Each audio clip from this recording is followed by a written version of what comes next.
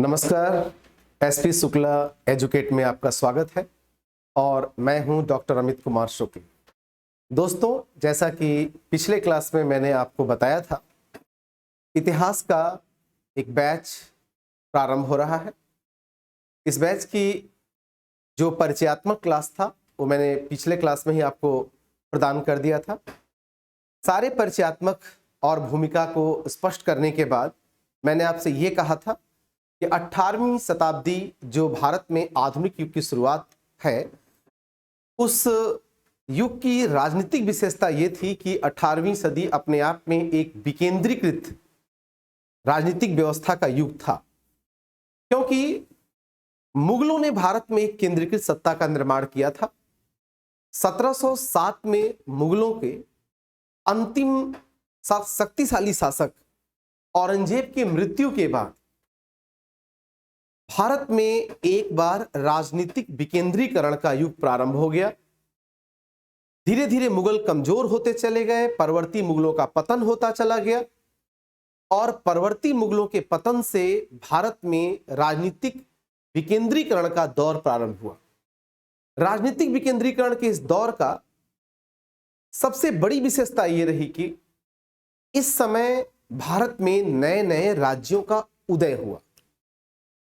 इसमें कुछ देसी राज्य और कुछ विदेशी राज्य अस्तित्व में दिखाई देते हैं, अस्तित्व में आते हैं।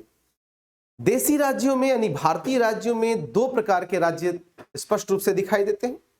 एक वो राज्य जो मुगलों की पृष्ठभूमि पर जिनका उदय होता है, जैसे बंगाल, जैसे अवध, जैसे हैदराबाद, ऐसे तमाम राज्य जो मुगलों की पृष्ठभूमि से पैदा होते हैं। और दूसरी तरफ कुछ ऐसे भारतीय राज्य जो स्वतंत्र प्रकृति के भारतीय राज्य, जैसे मराठा, मैसूर इत्यादि। दोस्तों, इसके अतिरिक्त 18वीं सदी में विदेशी कंपनियां भी भारत में राजनीतिक सत्ता का संघर्ष करते दिखाई देती हैं।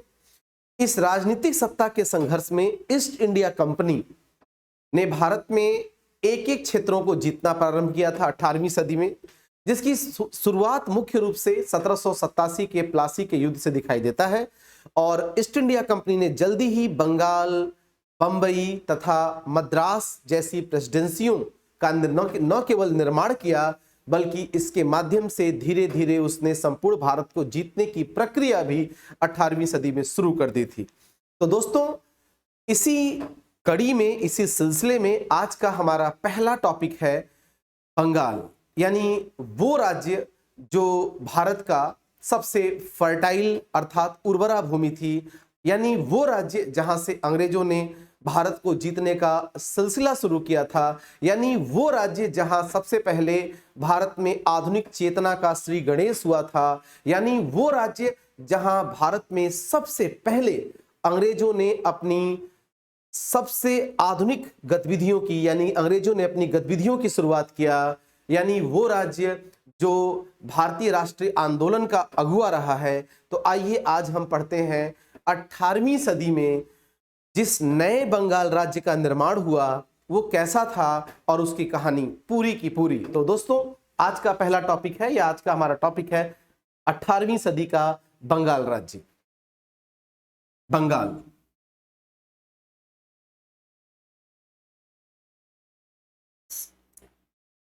हम जब बंगाल की बात करते हैं 18th सेंचुरी,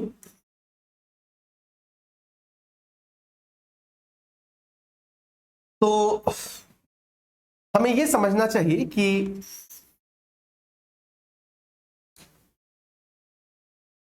बंगाल का एक सामान्य परिचय जानना चाहिए।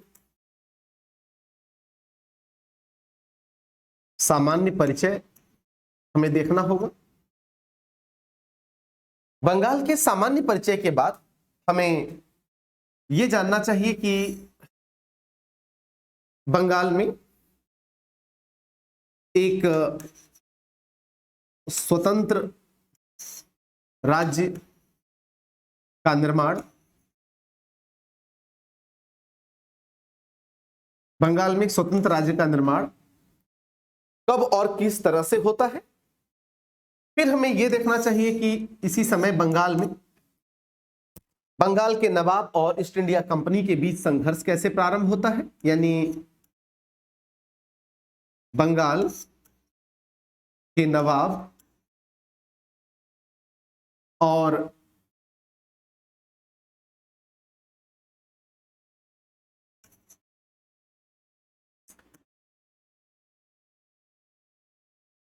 बनाम ईस्ट इंडिया कंपनी के बीच संघर्ष, बनाम ईस्ट इंडिया कंपनी का क्या संघर्ष रहा। इस संघर्ष की कड़ी में 1757 का प्लासी का युद्ध देखेंगे। प्लासी का युद्ध, और इसी के कड़ी में हम 1764 का बक्सर युद्ध देखेंगे। बक्सर का युद्ध देखेंगे, प्लासी और बक्सर का युद्ध। साथ ही साथ मित्रों, हम इस कड़ी में प्लासी और बक्सर के युद्ध के बाद ईस्ट इंडिया कंपनी का बंगाल में शासन की बारे में पढ़ेंगे, और हम ये देखेंगे इस समय कि कैसे बंगाल में ईस्ट इंडिया कंपनी द्वारा द्वैध शासन की शुरुआत की जाती है। द्वैध शासन की शुरुआत की गई, और यह भी देखा जाएगा कि इसी समय इलाहाबाद की दो संधियां क्या क्या हुई, इन्हें पढ़ा जाएगा। तो अगर हम यहां तक पढ़ें तब हमारा बंगाल पूरा होता है चैप्टर, इसको ध्यान में रखिएगा। तो आइए एक बार हम पीछे करके देखते हैं, बैक करके देखते हैं। हमने सबसे पहले क्या कहा, बंगाल 18वीं सेंचुरी में, इस समय एक सामान्य परिचय हम बंगाल का देंगे। स्वतंत्र राज्य का निर्माण, बंगाल एक स्वतंत्र राज्य का निर्माण कैसे हुए बंगाल में, बंगाल के नवाब और ईस्ट इंडिया कंपनी के बीच जो संघर्ष हुआ उसकी बात। इस संघर्ष की कड़ी में हम दो बातों को देखेंगे, एक 1757 का प्लासी का युद्ध, और दूसरा हम 1764 का बक्सर का युद्ध देखेंगे। 1764 का बक्सर का युद्ध। तो इसको पढ़ने के बाद हम ये देखेंगे कि कैसे इसको पढ़ने के बाद हम मिनट से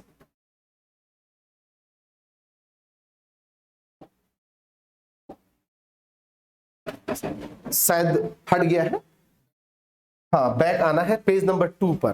पेज नंबर 2 का शायद डिलीट, कोई बात नहीं, मैं पेज नंबर 2 की बात फिर से लिख दे रहा हूं दोस्तों। तो बंगाल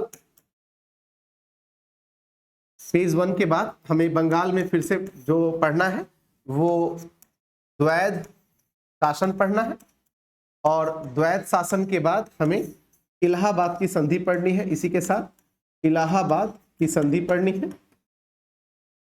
इलाहाबाद की संधि, बल्कि इलाहाबाद की संधि को हम पहले पढ़ लेंगे और फिर द्वैध शासन पढ़ेंगे बंगाल में। तो ये हमारा टॉपिक है कुल, यानी कि फिर से हम एक बार देखते हैं। पेज नंबर 1 पर हमें बंगाल के बारे में सामान्य परिचय, एक स्वतंत्र राज्य का निर्माण बंगाल में कैसा हुआ, बंगाल के नवाब बनाम ईस्ट इंडिया कंपनी, और 1757 का प्लासी का युद्ध इसी कड़ी में, तथा 1764 का बक्सर का युद्ध देखना है। साथ ही साथ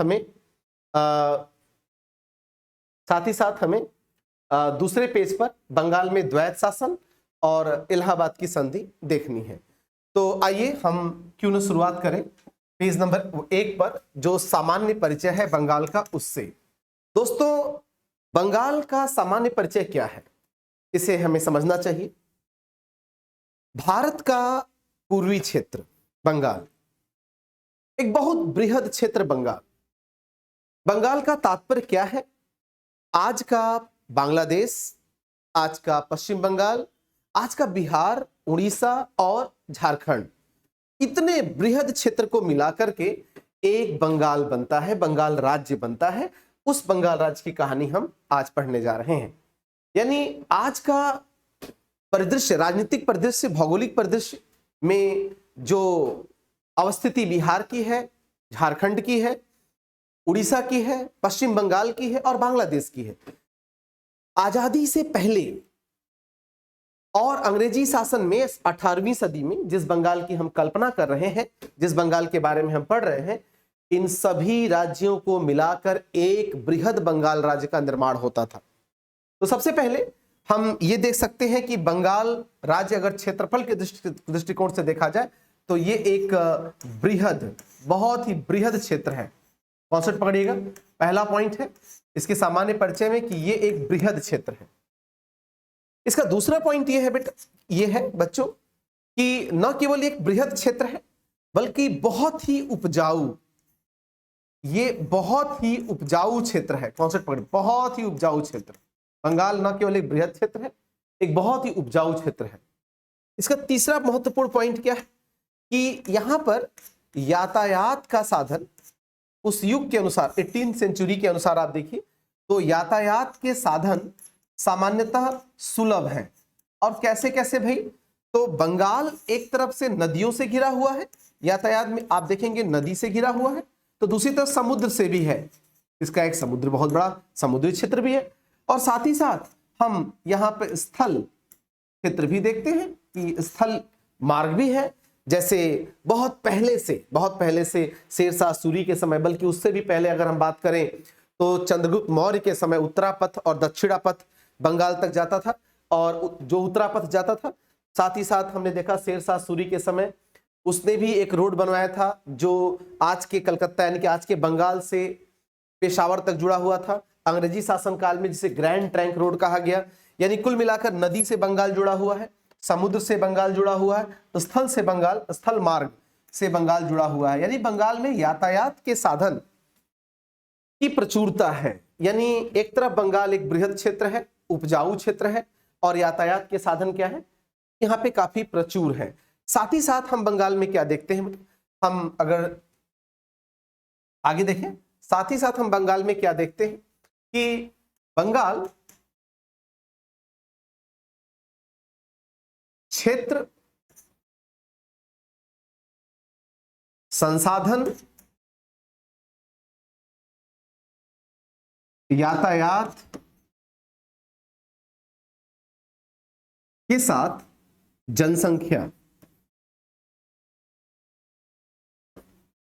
ये सभी चीजें बंगाल में पर्याप्त मात्रा में है। क्षेत्र बहुत विस्तृत है,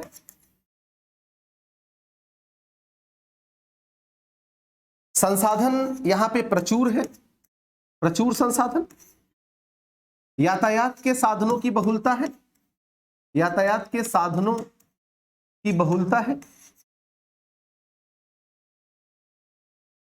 और जनसंख्या पर्याप्त है।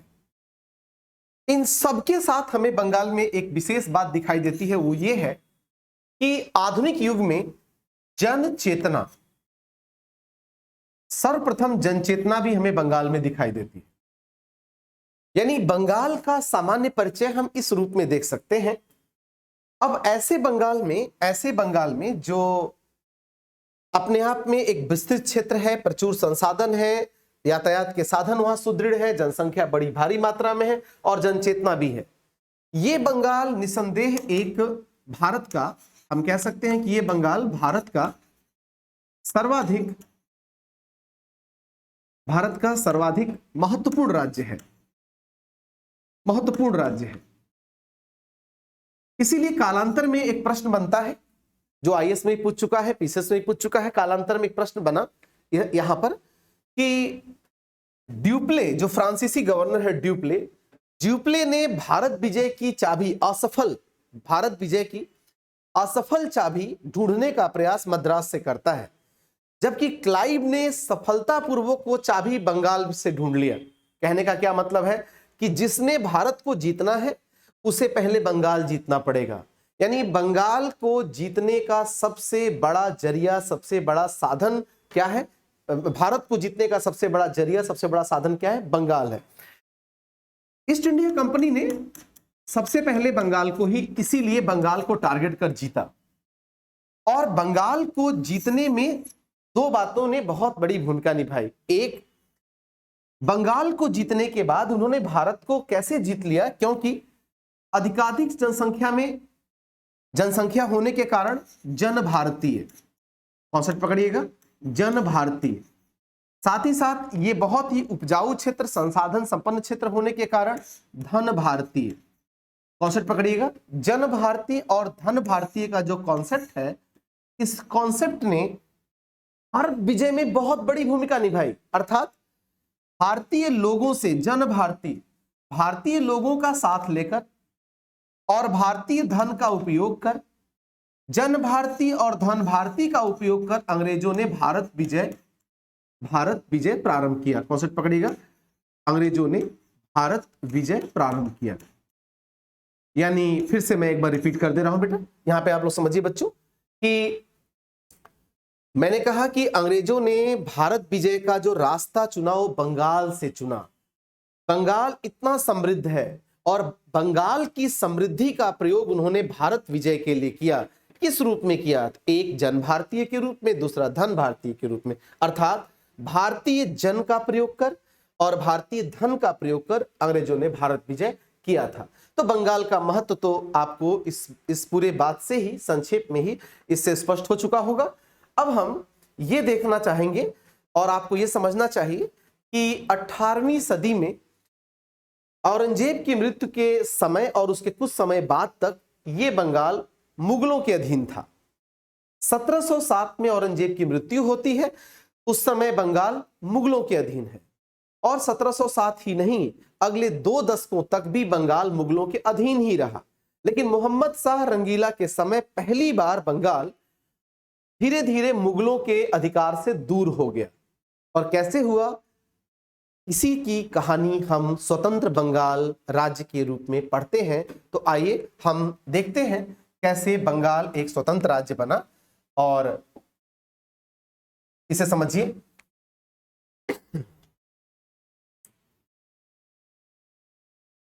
सत्रह से 1739 तक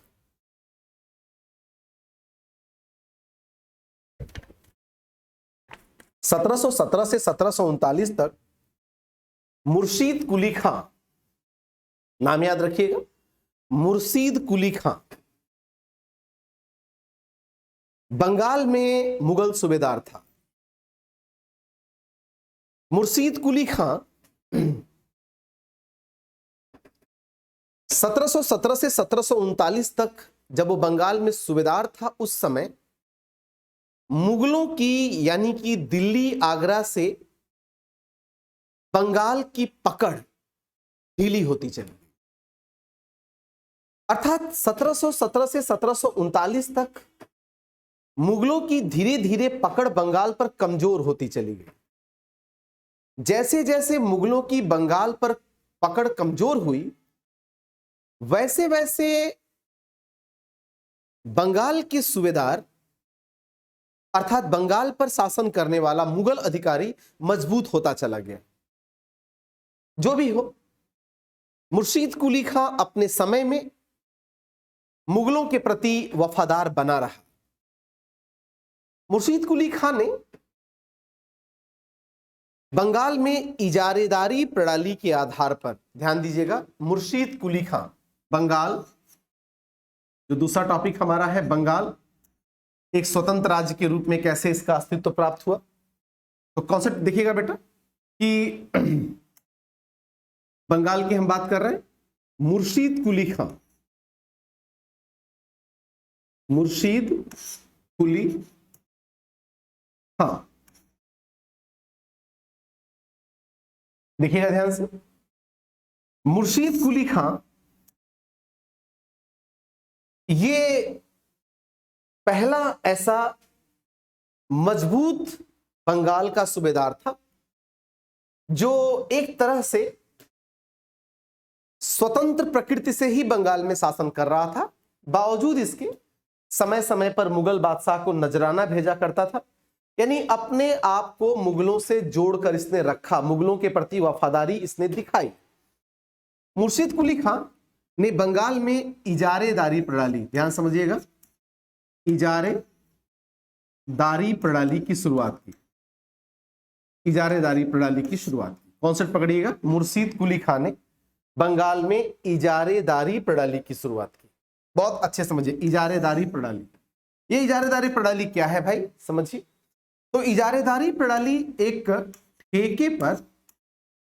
ठेके पर लगान वसूल करने की, ठेके पर लगान वसूल करने की प्रणाली थी।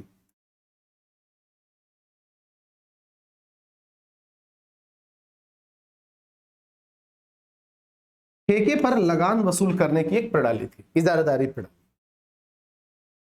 इससे किसानों का निस्संदेह शोषण हुआ।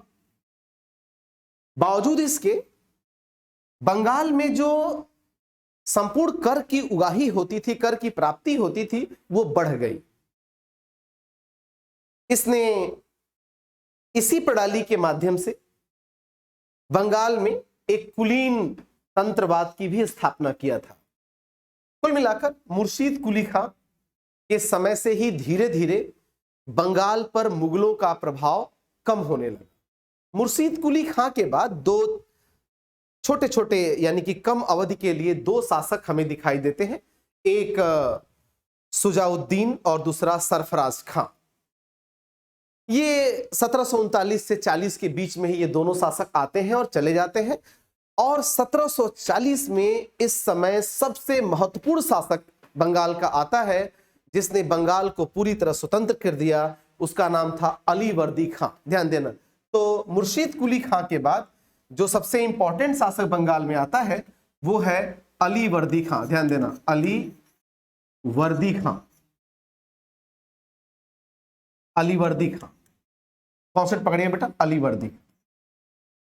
अलीवर्दी खां वो शासक है जिसके समय, इसी के समय हम कह सकते हैं अलीवर्दी खां के समय बंगाल स्वतंत्र हुआ।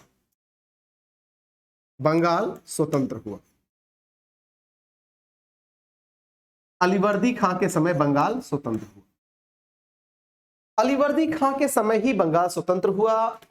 पहली बार अलीवर्दी खां के समय बंगाल और मुगलों के बीच का जो संबंध था वो टूट गया। अलीवर्दी खां के समय कुछ महत्वपूर्ण घटनाएं हुई। आइए उन घटनाओं के बारे में एक एक कर अध्ययन करते हैं। हम ये देखते हैं कि सबसे पहले अलीवर्दी खां के समय न केवल बंगाल स्वतंत्र हुआ, इसने स्वतंत्र रूप से शासन का अधिकार प्राप्त कर लिया, बल्कि एक चीज दिखाई देता है कि इसी के समय मराठों ने, इसके समय मराठों ने बंगाल के उड़ीसा क्षेत्र पर आक्रमण किया। उड़ीसा क्षेत्र पर आक्रमण किया। ध्यान देना, मराठों ने बंगाल के उड़ीसा क्षेत्र पर आक्रमण किया तथा इसका कुछ हिस्सा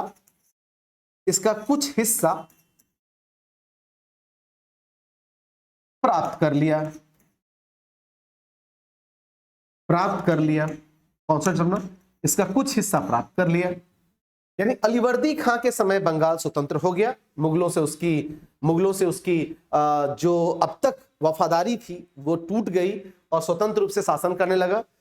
बंगाल स्वतंत्र हो गया। मराठों ने उड़ीसा क्षेत्र पर आक्रमण किया और कुछ हिस्सा प्राप्त कर लिया उड़ीसा का, अंग्रेजों ने प्राप्त कर लिया था। तीसरी महत्वपूर्ण बात क्या हुई कि, और इसे चौथ वगैरह देना पड़ा था। तीसरी महत्वपूर्ण बात क्या हुई कि अलीवर्दी खां अंग्रेजों से भली भांति परिचित था। इसने अंग्रेजों को, कॉन्सेप्ट पकड़िएगा, अलीवर्दी खां ने अंग्रेजों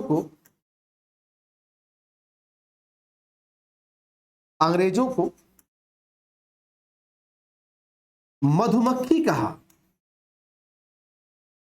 कॉन्सेप्ट पकड़ना, अंग्रेजों को मधुमक्खी कहा। इसकी तुलना मधुमक्खियों से किया। उसका यह मानना था कि वो कहता है कि अगर आप अंग्रेजों को ना छेड़ो तो वो आपको शहद देंगी, और अगर छेड़ दो तो डंक मार मार कर मार डालेंगी। यानी अलीवर्दी खां अंग्रेजों का स्वभाव क्या है उससे परिचित था। अलीवर्दी खां की कुछ अपनी सीमाएं भी थी। अलीवर्दी खां की कुछ अपनी सीमाएं भी हमें दिखाई देती हैं। सबसे बड़ी समस्या थी कि अलीवर्दी खां का अपना कोई वारिस कोई अपना पुत्र नहीं था। इसकी 3 पुत्रियां थी। कॉन्सेप्ट देखिएगा, इसकी 3 पुत्रियां थी। एक पुत्री से सिराजुद्दौला था, सिराजुद्दौला था, जिसको अपने जीवन काल में ही सिराजुद्दौला को अलीवर्दी खान ने अपने जीवन काल में ही अपना उत्तराधिकारी घोषित कर दिया था। ध्यान समझिएगा, सिराजुद्दौला को इसने अपने जीवन काल में ही अपना उत्तराधिकारी क्या किया था? घोषित कर दिया था। इसकी दूसरी बेटी का विवाह पुर्डिया के शासक क्या हुआ था? कॉन्सेप्ट देखिएगा, दूसरी बेटी का विवाह पुर्डिया के शासक क्या हुआ था? और यहां से जो उत्तराधिकारी था, यहां जो उसका नाती था वो शौकत जंग था। कॉन्सेप्ट पढ़िएगा, शौकत जंग था, इसे कई बार हम कैपिटल से भी लिखते हैं,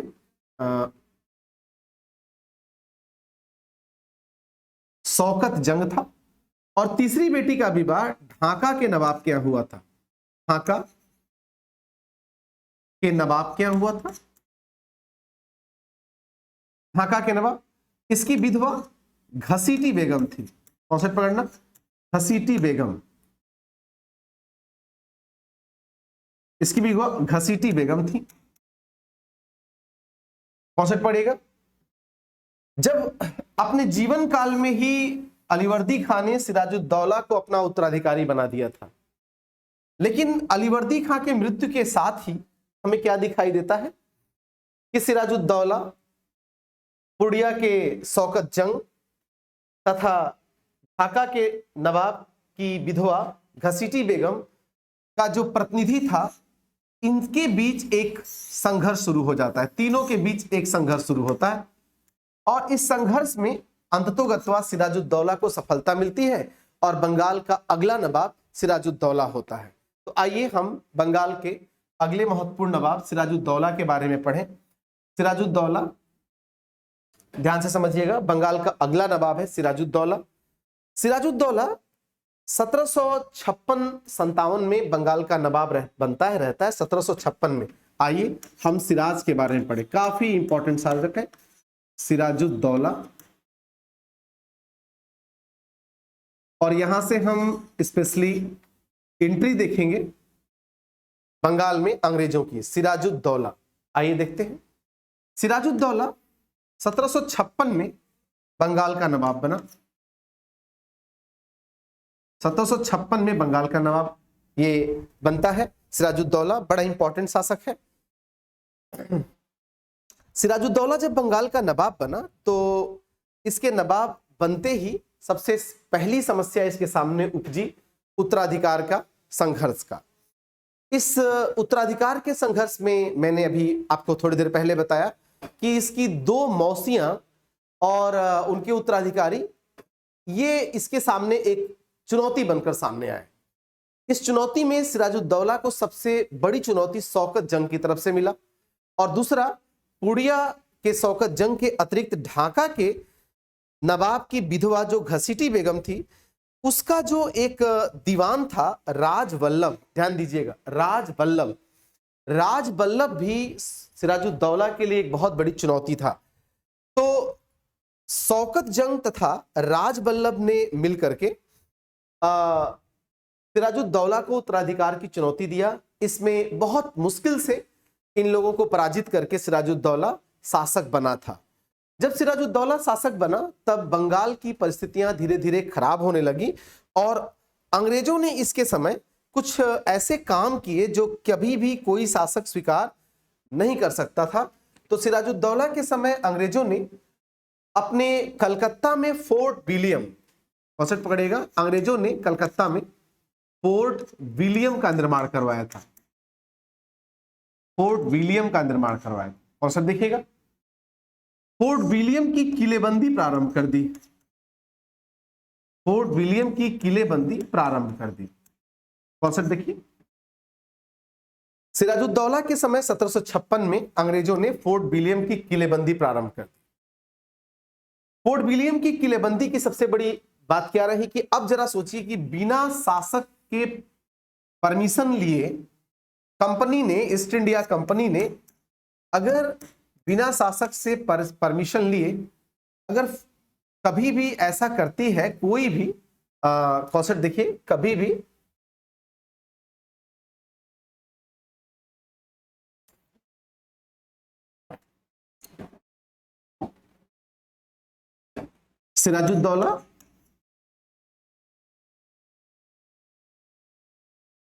सिराजुद्दौला इसके समय मैंने कहा कि ईस्ट इंडिया कंपनी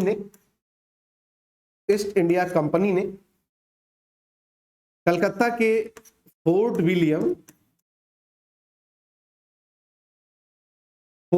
विलियम की किलेबंदी प्रारंभ कर दी, किलेबंदी कर दी। अब जरा सोचिए कि किसी भी शासक के राज्य में अगर एक विदेशी कंपनी अपनी किलेबंदी प्रारंभ करेगी तो ये तो खुले तौर पर शासक को चुनौती देने जैसी बात हो गई। तो सही मायने में सिराजुद्दौला के समय ईस्ट इंडिया कंपनी ने सिराजुद्दौला को किलेबंदी के माध्यम से चुनौती देना शुरू कर दिया। दूसरा काम ईस्ट इंडिया कंपनी ने ये किया कि उसने राजवल्लभ, जो अब सिराजुद्दौला का मैंने कहा था कि सिराजुद्दौला को चुनौती दे रहा था, तो राजवल्लभ के पुत्र कृष्णादास को भी, जो वित्तीय घोटाले का, राजवल्लभ का बेटा कृष्णादास वित्तीय घोटाले में फंसा था, उसको भी कंपनी ने संरक्षण दिया। ऐसे में मतलब शासक का एक शत्रु है राजवल्लभ। आपको मैंने बताया था ढाका की घसीटी बेगम का वो दीवान था, उस दीवान के बेटे कृष्णादास जो वित्तीय घोटाले में फंसा था, उसको भी सिराजुद्दौला ने क्या दिया, अपने यहां, सिराजुद्दौला का वो शत्रु है, उसको ईस्ट इंडिया कंपनी ने क्या किया, अपने यहां संरक्षण दे दिया। अब यानी कि शत्रु को संरक्षण दिया। ईस्ट इंडिया कंपनी ने पहला काम किया कि फोर्ट विलियम में किलेबंदी कर दी, दूसरा शत्रु को संरक्षण दे दिया। अब जरा सोचिए ऐसा करने का क्या अभिप्राय था। ऐसा कभी भी एक स्वतंत्र शासक अपने यहां ऐसा कुछ भी हो तो एक स्वतंत्र शासक कभी भी स्वीकार नहीं कर सकता। बदले में सिराजुद्दौला ने आक्रामक रुख अख्तियार करते हुए कासिम बाजार पर अटैक कर दिया। ध्यान समझिएगा, कासिम बाजार पर अटैक कर दिया और फोर्ट विलियम पर फिर अटैक कर दिया और भाग करके अंग्रेजों को, जिसका उस समय बंगाल में अंग्रेजी गवर्नर रोजर ड्रेक था, रोजर ड्रेक के नेतृत्व में अंग्रेजों को भागकर फुल्टा द्वीप में शरण लेना पड़ा। यानी कि निसंदेह सिराजुद्दौला की जगह पे प्राय कोई भी शासक होता तो शायद यही करता, क्योंकि फोर्ट विलियम की किलेबंदी करना, शत्रु को संरक्षण देना और उसी के राज्य में रहना, ये कहां संभव था कि एक शासक स्वतंत्र प्रकृति का शासक इसे बर्दाश्त करे। यही कारण था कि अंग्रेजों की इन गतिविधियों को सिराजुद्दौला स्वीकार नहीं कर पाया और उसने कासिम बाजार के फोर्ट विलियम पर अटैक कर दिया। रोजर ड्रेक के नेतृत्व में, जो उस समय का गवर्नर था, अंग्रेजों को भागकर फुल्टा द्वीप में शरण लेना पड़ा। कॉन्सेप्ट पकड़िएगा, किस द्वीप में सिराजुद्दौला ने अटैक किया, परिणाम स्वरूप क्या हुआ, इस सबके परिणाम स्वरूप सिराजुद्दौला ने आक्रमण कर दिया। आक्रमण किया तो अंग्रेजों को भागकर फुल्टा द्वीप में, ध्यान दीजिएगा, फुल्टा द्वीप में शरण लेना पड़ा। कॉन्सेप्ट क्लियर है।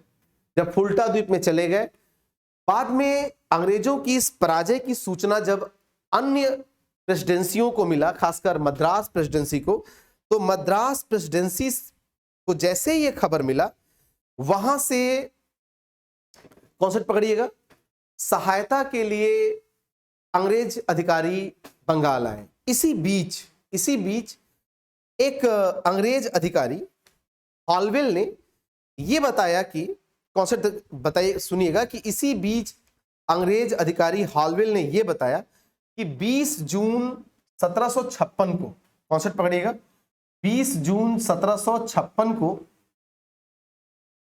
20 जून 1756 को ब्लैक होल की घटना हुई।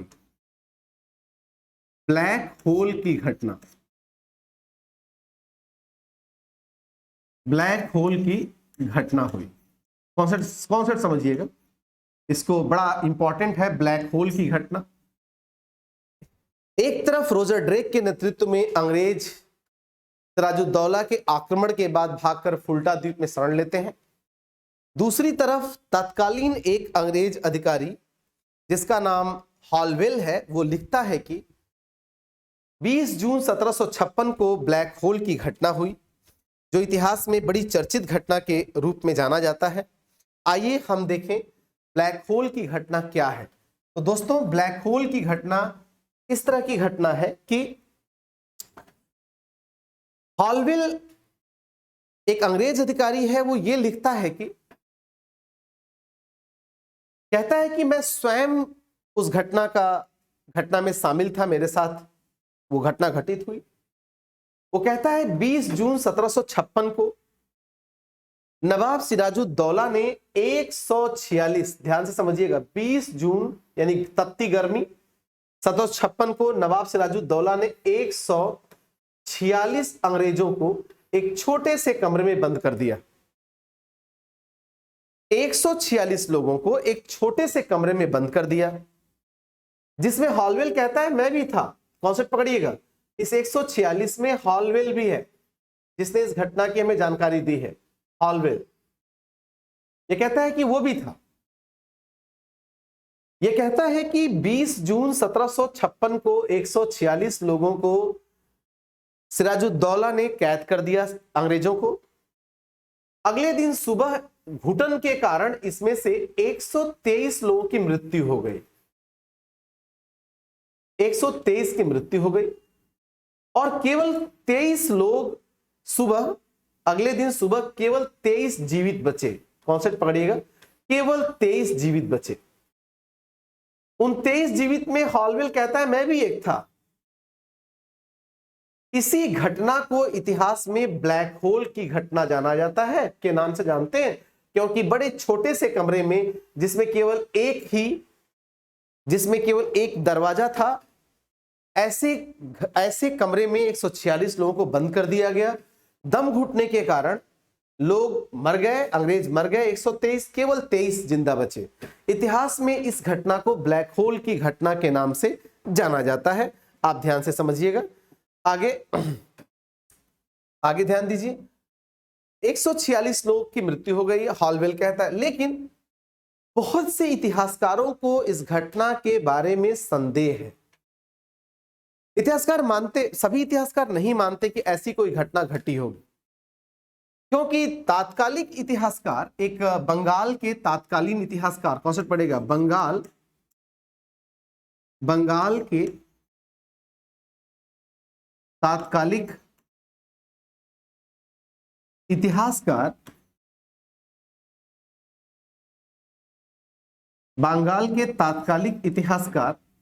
गुलाम हुसैन, कॉन्सेप्ट पकड़िए, गुलाम हुसैन ने अपनी पुस्तक सियारुल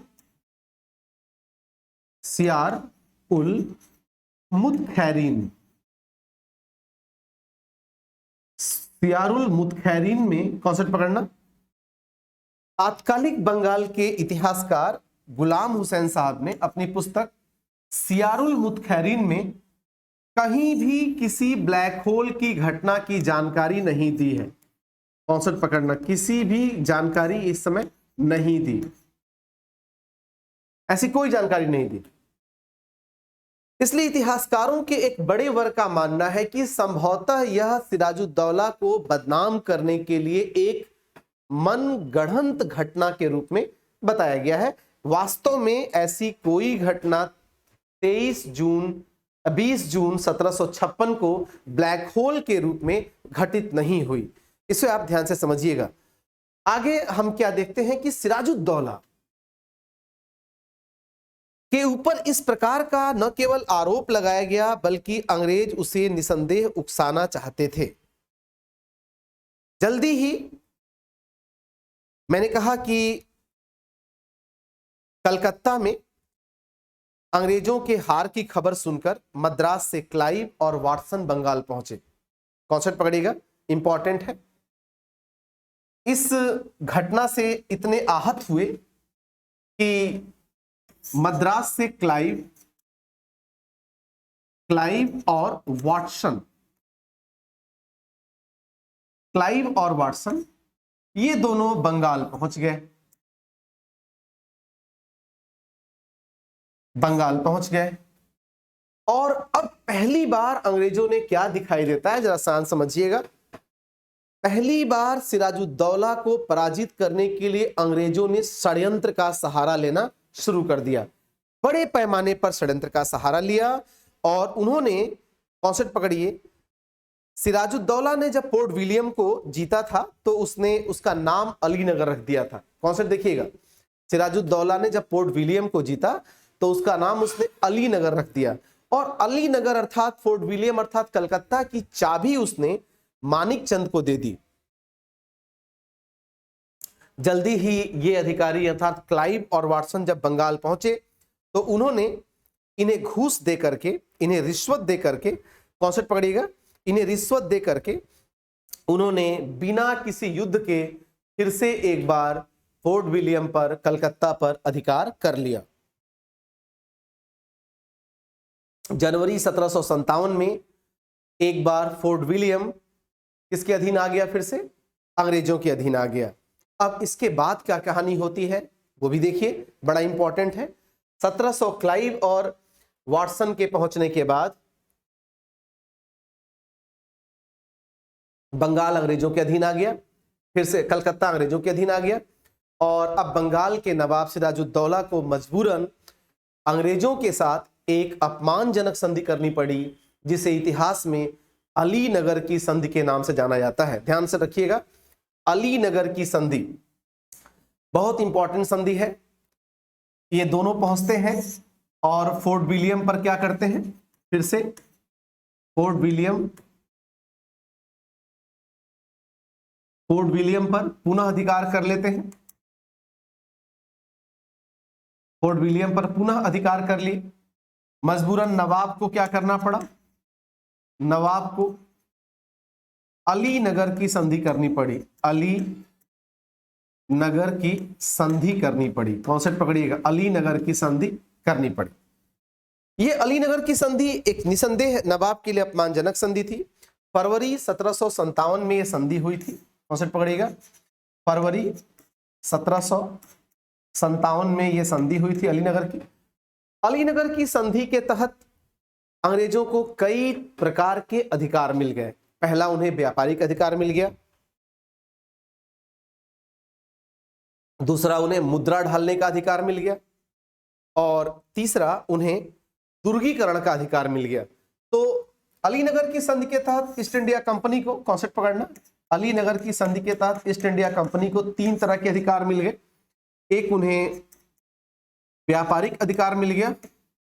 दूसरा, उन्हें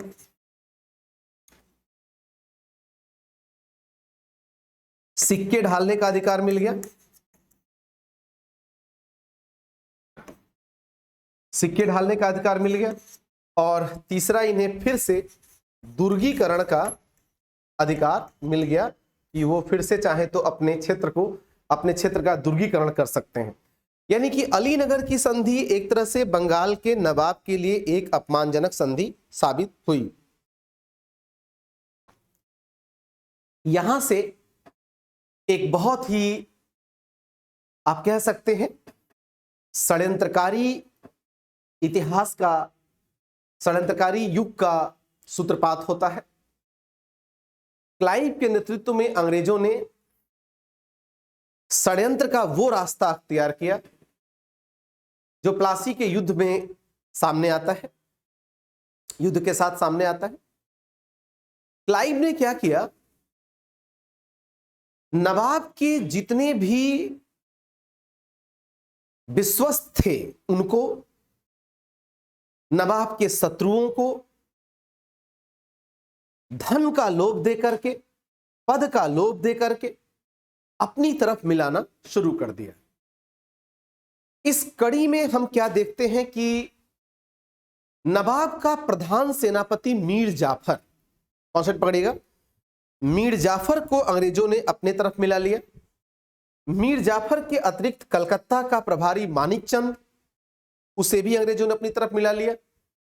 मानिक चंद के अतिरिक्त जगत सेठ जो बंगाल का बैंकर था, उसे कलकत्ता का एक धनी व्यापारी अमीचंद और एक कुलीन व्यक्ति राय दुर्लभ को भी अंग्रेजों ने अपनी तरफ मिला लिया। यानी मीर जाफर, अमीचंद, जगत सेठ, राय दुर्लभ, मानिक चंद, इन सबको अपनी तरफ मिला लिया अंग्रेजों ने। कॉन्सेप्ट पकड़िएगा, मैं फिर से रिपीट कर रहा हूं। यह सुमिलित करने को भी आ सकता है, आपके प्रारंभिक परीक्षा में सुमिलित करने को आ सकता है। कौन क्या है? तो मीर जाफर मुख्य सेनापति है, किसका? सिराजुद्दौला का। इसके अतिरिक्त कौन कौन है? तो मैंने कहा मानिक चंद है, कलकत्ता का प्रभारी। अमीचंद है, अमीचंद कलकत्ता का एक धनी व्यापारी है, व्यापारी। जगत सेठ ये बंगाल का प्रसिद्ध बैंकर है। और राय दुर्लभ एक कुलीन वर्ग का व्यक्ति है। यानी कि क्लाइव ने षड्यंत्र से इन सबको अपने पक्ष में मिला लिया। जितने लोगों का मैंने नाम लिया सबको अपने पक्ष में मिला लिया और अपने पक्ष में मिला करके नवाब के खिलाफ षड्यंत्र प्रारंभ कर दिया। मजबूरन मार्च 1757 में, समझिएगा, मार्च 1757 में, यह बड़ा इंपॉर्टेंट चीज है, इसे समझिए। आगे अभी क्या क्या अंग्रेज करने वाले हैं तो हमें क्या दिखाई देता है कि मार्च 1757 में अंग्रेजों ने क्या किया? कलकत्ता के फ्रांसीसी बस्ती चंद्रनगर पर आक्रमण कर दिया। कॉन्सेप्ट पकड़िएगा, अंग्रेजों ने कलकत्ता की फ्रांसीसी बस्ती चंद्रनगर पर आक्रमण कर दिया और फ्रांसीसी क्षेत्र को जीत लिया। अब जरा सोचिए, बंगाल का नवाब सिराजुद्दौला है। सिराजुद्दौला के राज्य में फ्रांसीसी भी व्यापारिक कार्य करते हैं, गतिविधियों में संलग्न है, जिसकी इजाजत सिराजुद्दौला ने दिया हुआ है। मेरे राज्य में एक विदेशी कंपनी दूसरे विदेशी कंपनी पर अटैक करके अगर जीत लेती है और मैं चुप रहूं तो इसका मतलब मैं स्वतंत्र प्रकृति का शासक हूं ही नहीं। सिराजुद्दौला के साथ भी यही था। सिराजुद्दौला को ऐसी परिस्थिति में ईस्ट इंडिया कंपनी की गतिविधि बर्दाश्त नहीं हुई और सिराजुद्दौला ने ईस्ट इंडिया कंपनी के साथ युद्ध करने का निर्णय लिया।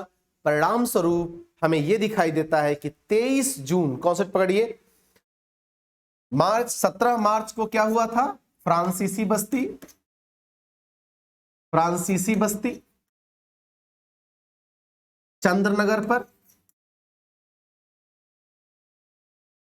पर ईस्ट इंडिया कंपनी ने क्या किया? अंग्रेजों ने क्या किया? ईस्ट इंडिया कंपनी ने आक्रमण कर दिया। आक्रमण कर उसे जीत लिया। आक्रमण कर जीत लिया। कॉन्सेप्ट पकड़िएगा, बहुत इंपॉर्टेंट है। आक्रमण कर उसे जीत लिया।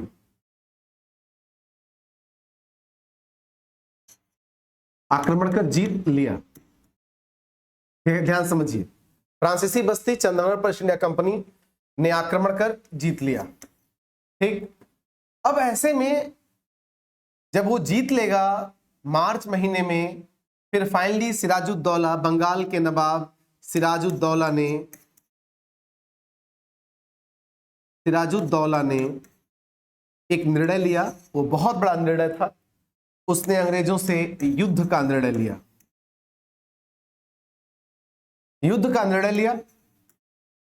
और ये अपने आप में एक बहुत ही इतिहास में चर्चित युद्ध बनकर सामने आया। और इसी निर्णय के तहत 23 जून 1757 को, कॉन्सेप्ट पकड़ना, युद्ध का निर्णय लिया।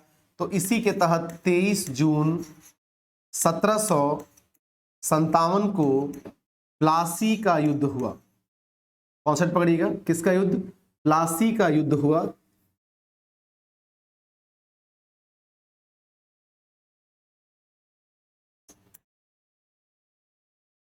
प्लासी का युद्ध हुआ।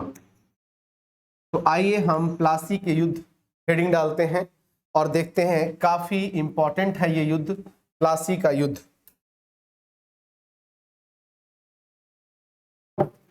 आधुनिक भारत में जो युद्ध हुए, जितने भी युद्ध हुए, जिस युद्ध ने भारत के पतन का रास्ता खोल दिया, और अंग्रेजी साम्राज्य के भारत में स्थापना का श्री गणेश किया, वो पहला युद्ध प्लासी का युद्ध है।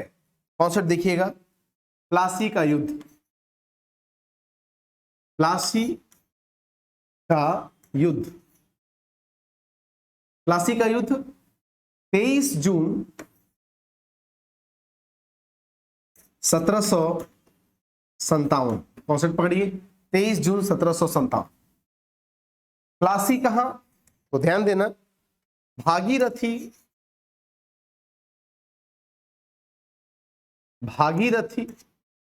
नदी के तट पर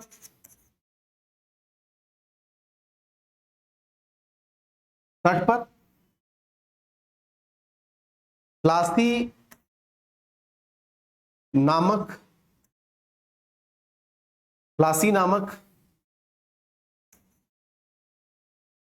स्थान पर आम्रकुंज में, आम के बागीचे में,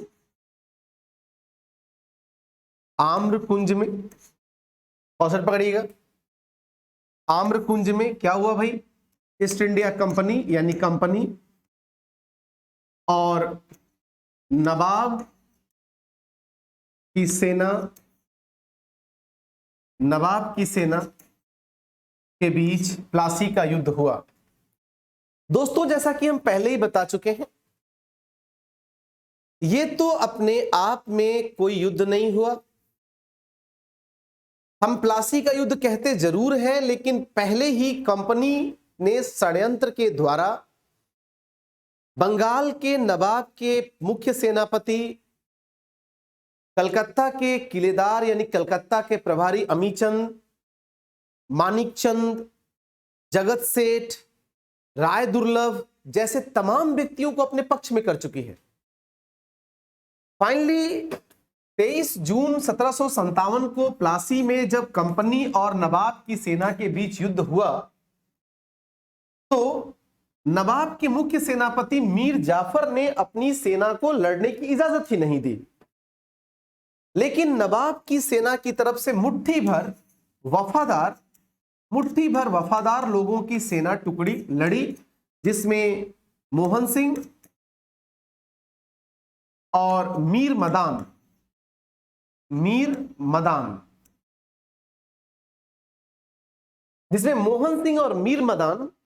के नेतृत्व में नवाब की वफादार लोग थे, इनके नेतृत्व में कुछ लोगों ने नवाब की तरफ से लड़े, लेकिन कुछ ही घंटे में वो हार गए और ये स्वयं मारे गए। तो दूसरी तरफ मीर जाफर ने, जो पहले से षड्यंत्र किए बैठा था, उसने अपनी सेना को, एक बड़ी सेना को कंपनी के सेना के सामने लड़ने की इजाजत ही नहीं दी। दूसरी तरफ बड़ी ही चतुराई के साथ मीर जाफर ने नवाब सिराजुद्दौला को, कॉन्सेप्ट पकड़िएगा, युद्ध क्षेत्र से बाहर चले जाने के लिए कहा। नवाब सिराजुद्दौला बात मानकर युद्ध क्षेत्र से बाहर चला गया। जैसे ही युद्ध समाप्त हुआ, मीर जाफर के बेटे मीरन ने सिराजुद्दौला को आगे चलकर गिरफ्तार कर लिया और उसकी हत्या कर दी। यानी कॉन्सेप्ट पकड़िए, प्लासी के युद्ध के बाद जैसे ही उसे गुमराह कर दिया गया, यानी प्लासी के युद्ध के समय ही सिराजुद्दौला को युद्ध भूमि से चले जाने के लिए कहा गया, अर्थात उसे गुमराह कर दिया गया। एक तरफ प्लासी का युद्ध हुआ और छोटी सी टुकड़ी, नवाब की छोटी सी टुकड़ी लड़ाई की, और वो पहले ही, चूंकि बहुत छोटी सी टुकड़ी ने लड़ाई किया, कंपनी के सेना के सामने उनकी हार हो गई और नवाब तो हार गया, नवाब की सेना हार गई। और दूसरी तरफ मीरन ने, ध्यान समझने, मीरन ने जो मीर जाफर का बेटा था, उसने सिराजुद्दौला को बंदी बना लिया और उसकी मुर्शिदाबाद में हत्या कर दी। इस तरीके से क्या दिखाई देता है दोस्तों, पूरा का पूरा शतरंज की बिसात पहले ही बिछाई गई थी। शतरंज की बिसात बिछ चुकी थी, रंगमंच पर किसे कौन सा भूमिका निभाना है यह तय था। रंगमंच का प्रदर्शन मात्र बाकी था, जो 23 जून 1757 को वो प्रदर्शन स्पष्ट रूप से दिखाई देता है। और इसी के साथ सिराजुद्दौला की हत्या भी कर दी जाती है और अंग्रेजों का चाटुकार विश्वासघाती मीर जाफर को बंगाल का नवाब बनाया जाता है। तो कहानी इससे आगे बढ़ती है दोस्तों। बंगाल का नवाब मीर जाफर, कॉन्सेप्ट देखिएगा, अगला नवाब हुआ हमारा मीर जाफर। इसे समझिए, मीर जाफर। मीर जाफर इतिहास में बहुत ही बदनाम नवाब है। जब भी किसी गद्दार की तुलना करनी होती है तो सहसा ही उसे मीर जाफर कह दिया जाता है। आइए मीर जाफर की स्थिति को समझें। एक बहुत ही साधारण सी कहावत है कि जैसी करनी वैसी भरनी। मीर जाफर को यह लगा कि शायद वो कंपनी के सहयोग से नवाब बन जाएगा तो फिर वो नवाब का सुख भोग सकेगा और नवाब की शक्तियों का प्रयोग कर सकेगा, लेकिन ऐसा कुछ भी नहीं हुआ।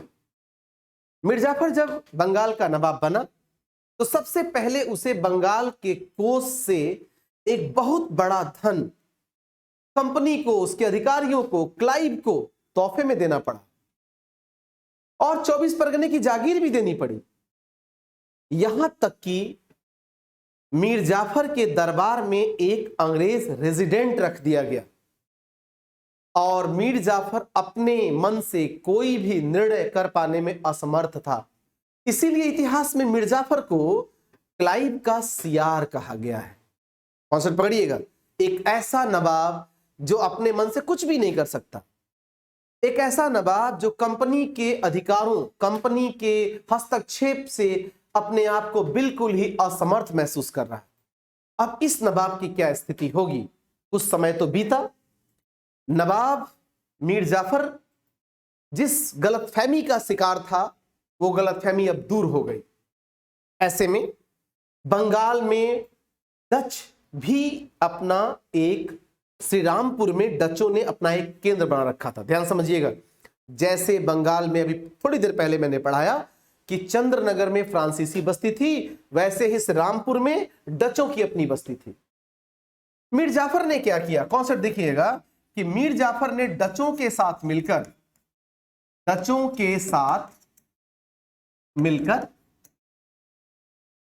इसने ईस्ट इंडिया कंपनी के विरुद्ध, कॉन्सेप्ट पकड़िए बेटा, ईस्ट इंडिया कंपनी के विरुद्ध षड्यंत्र शुरू किया, षड्यंत्र प्रारंभ किया।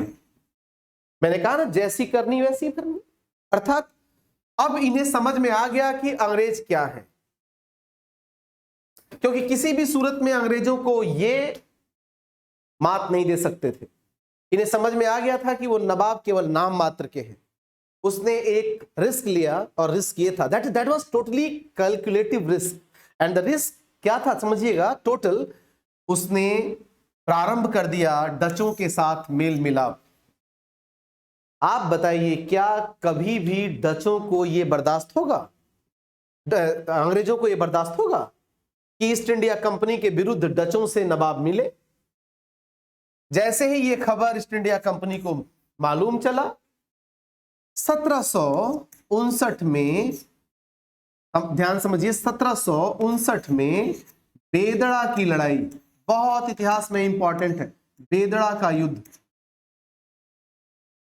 बेदड़ा के युद्ध में, बेदड़ा की लड़ाई में अंग्रेजों ने डचों को बुरी तरह निर्णायक रूप से पराजित कर दिया और निर्णायक रूप से पराजित करने के बाद डचों ने अंग्रेजों को सब कुछ बेचकर हिंदुस्तान छोड़ दिया।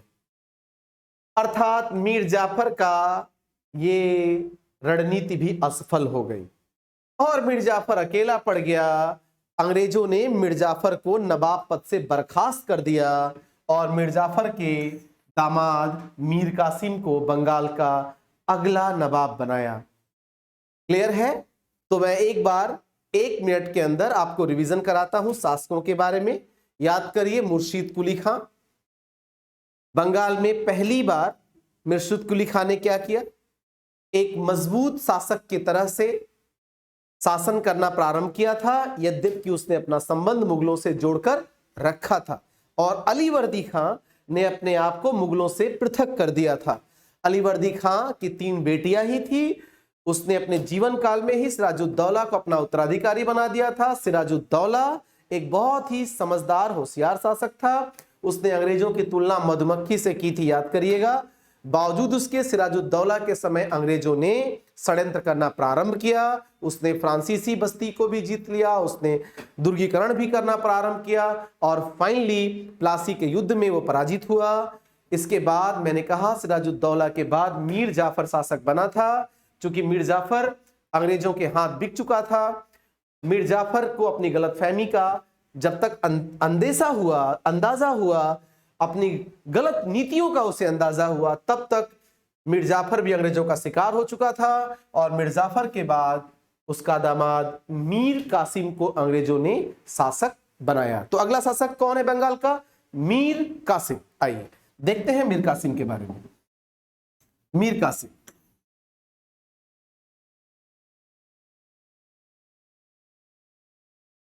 दोस्तों, मीर कासिम एक बहुत ही योग्य शासक था।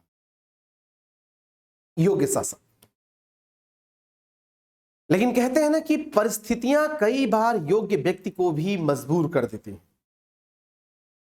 परिस्थितियां कई बार एक योग्य शासक को इस कदर मजबूर कर देती हैं कि वो अपनी पूरी प्रतिभा का प्रदर्शन नहीं कर पाता। अंग्रेजों के साथ मीर कासिम के साथ भी ऐसा ही हुआ। मीर कासिम चाहता था कि वो अंग्रेजों से पार पाए। मीर कासिम यह भी चाहता था कि जितनी भी तरह का अंग्रेज व्यापारिक दुरुपयोग कर रहे हो समाप्त हो जाए। मीर कासिम यह भी चाहता था कि मैं अंग्रेजों के नियंत्रण से कैसे दूर रहूं। वो सब कुछ कोशिश करता है, लेकिन बावजूद उसके वो कैसे असफल हो जाता है, उसकी कहानी हम यहां देखेंगे। आइए देखते हैं मीर कासिम के समय क्या होता। मीर कासिम एक बहुत ही, मैंने कहा कि यह एक योग्य शासक है। योग्य शासक। इतना योग्य शासक होने के बावजूद भी यह अपनी पूरी प्रतिभा का प्रदर्शन नहीं कर सका। इसका कई कारण थे, जिससे सबसे बड़ी बात यह थी कि जब मीर कासिम शासक बना 1760 से 1763 में, तब उस समय इसको भी हालवेल से समझौता, उस समय अंग्रेज अधिकारी हालवेल था, हालवेल से समझौता करते हुए वर्धमान, चटगांव, मिदनापुर का जिला कंपनी को दे देना पड़ा। बावजूद इसके मीर जाफर ने कई तरह के सुधार किए। उसने सुधार करते हुए सबसे बड़ा काम यह किया कि उसने अपनी राजधानी मुर्शिदाबाद से मुंगेर हस्तांतरित की। ध्यान से समझिएगा, मीर कासिम ने, मैंने कहा कि योग्य शासक है, इसको भी बहुत से क्षेत्र अंग्रेजों को दे देने पड़े, लेकिन बावजूद इसके इसने कई तरह के सुधार कार्य किए।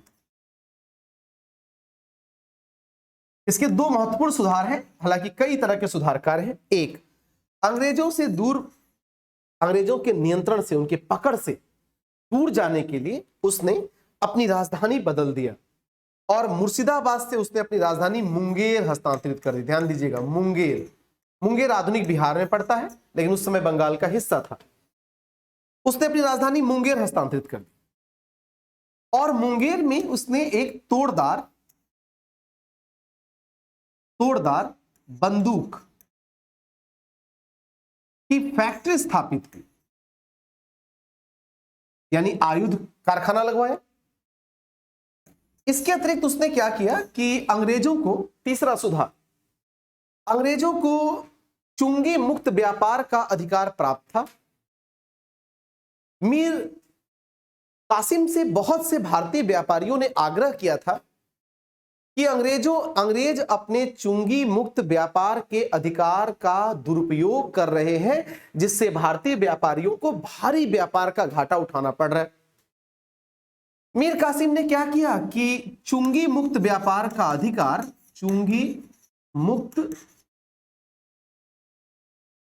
व्यापार का अधिकार भारतीय व्यापारियों को भी दे दिया। कॉन्सेप्ट पकड़िए, भारतीय व्यापारियों को भी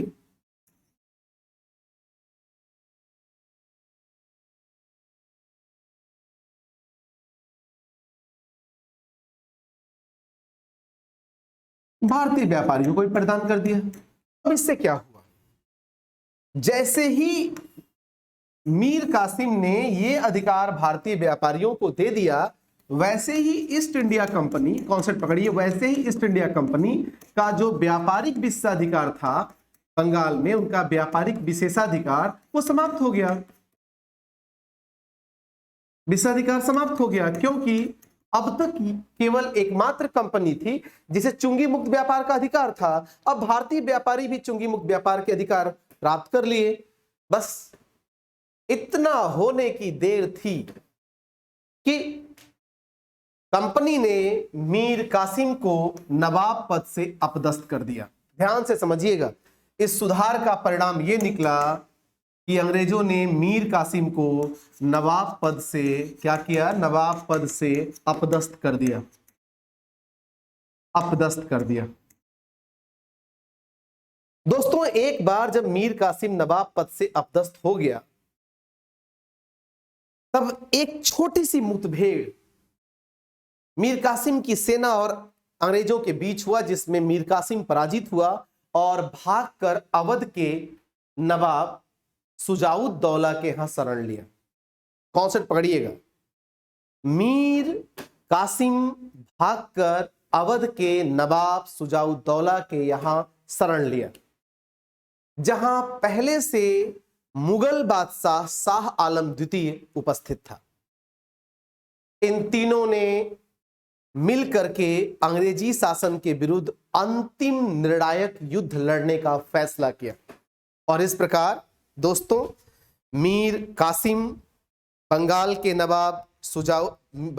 नवाब मीर कासिम, अवध के नवाब सुजाउद्दौला और मुगल बादशाह शाह आलम द्वितीय के त्रिपक्षीय गठबंधन ने मिलकर 22 अक्टूबर 1764 को, ध्यान समझिएगा, 22 अक्टूबर 1764 को बक्सर का युद्ध लड़ा। बक्सर का युद्ध किया। कॉन्सेप्ट पकड़ना, बक्सर का युद्ध।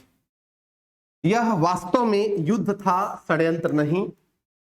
और बक्सर का युद्ध एक निर्णायक युद्ध साबित हुआ, निर्णायक युद्ध साबित हुआ। कॉन्सेप्ट पकड़िएगा, बक्सर का युद्ध एक निर्णायक युद्ध साबित हुआ, जिसमें ईस्ट इंडिया कंपनी की जीत हुई, ईस्ट इंडिया कंपनी की जीत हुई और तीनों की संयुक्त सेना अर्थात बंगाल के अपदस्थ नवाब, अर्थात बंगाल के अपदस्थ नवाब मीर कासिम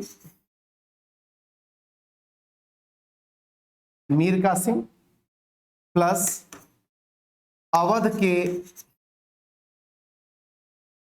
नवाब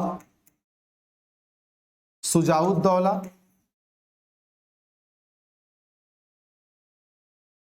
प्लस मुगल बादशाह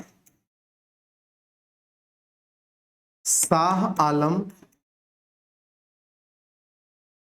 द्वितीय, इन तीनों की संयुक्त रूप से पराजय हो गई।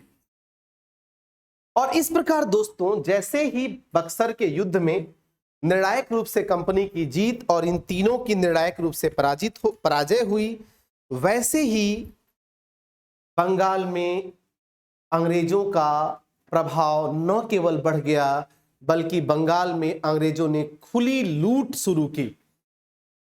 इसे इतिहासकारों ने नंगी लूट का समय दिया है, नंगी लूट का नाम दिया है।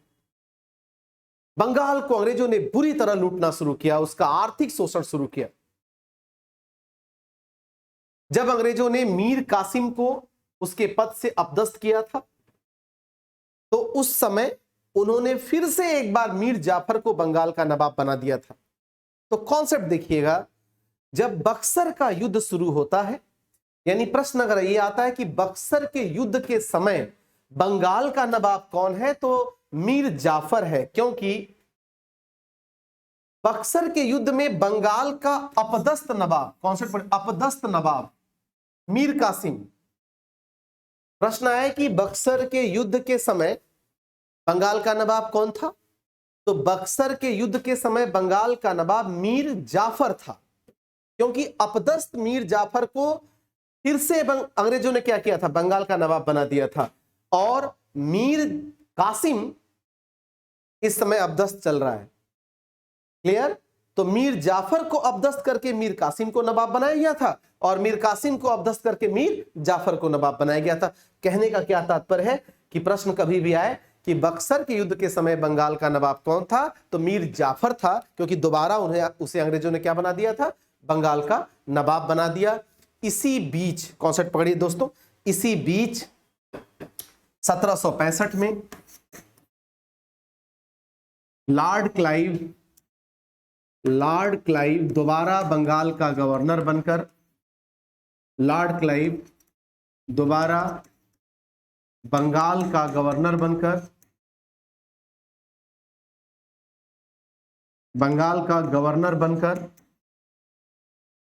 भारत आया। दोबारा बंगाल का गवर्नर बनकर भारत आया और इसने इसी के समय हमें क्या दिखाई देता है? 1765 में तो इलाहाबाद की संधि होती है। कॉन्सेप्ट पकड़ना, इलाहाबाद की दो संधियां होती हैं, इलाहाबाद की दो संधियां इसी के समय होती है। इलाहाबाद की पहली संधि, कॉन्सेप्ट पकड़िएगा, 12 अगस्त 1765 को मुगल बादशाह शाह आलम द्वितीय के समय। इलाहाबाद की दो संधियां, 12 अगस्त 1765 को पहली संधि मुगल बादशाह शाह आलम के समय, और दूसरी संधि 16 अगस्त, कॉन्सेप्ट पकड़िएगा, दूसरी संधि जो है वो 16 अगस्त 1765 को अवध के नवाब शुजाउद्दौला के साथ हुआ था। दूसरी संधि 16 अगस्त 1765 को अवध के नवाब शाह आलम शुजाउद्दौला, अवध के नवाब